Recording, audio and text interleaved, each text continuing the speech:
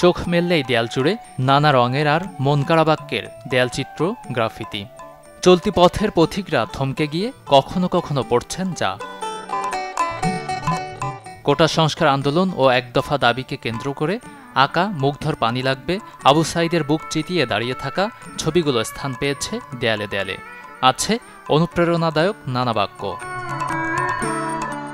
তবে সময়ের সাথে সাথে হয়তো একদিন হারিয়ে যাবে গ্রাফিতিগুলো। দেয়ালগুলো কাঁধে নেবে পোস্টার কিংবা ভিন্ন কোনো বার্তা। আর তাই সংরক্ষণের উদ্যোগে এগিয়ে এসেছেন কেউ কেউ।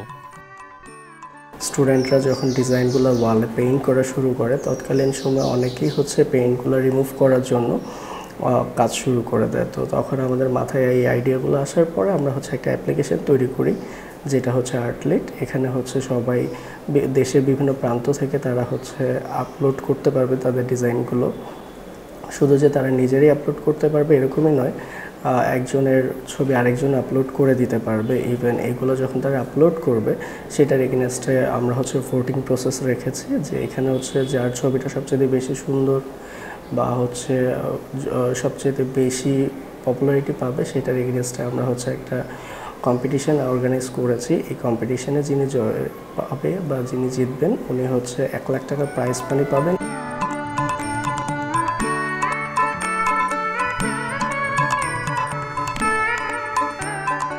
এবার ওয়েব মাধ্যমে স্থায়ীভাবে সংরক্ষণ করা হচ্ছে সারা দেশের দেয়ালে আঁকা গ্রাফিতিগুলো।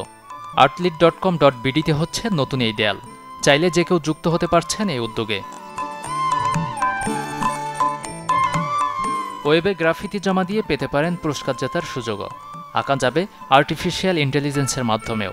স্থান পাবে ভিনদেশের গ্রাফিতিও। আন্দোলন সংগ্রামের গ্রাফিতি যেন হারিয়ে না যায়, ছড়িয়ে যায় দেশের এক প্রান্ত থেকে অন্য প্রান্তে।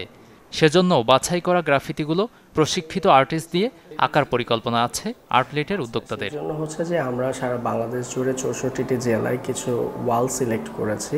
সো এই ওয়ালগুলোতে এআই এর মাধ্যম দিয়ে ছবি জেনারেট করা হবে এবং সেই ছবিগুলো আমরা সেই ওয়ালে পেইন্ট করাবো। সেইটার মাধ্যম দিয়েই আমরা কর্মসংস্থানের একটা ইভেন্ট করছি।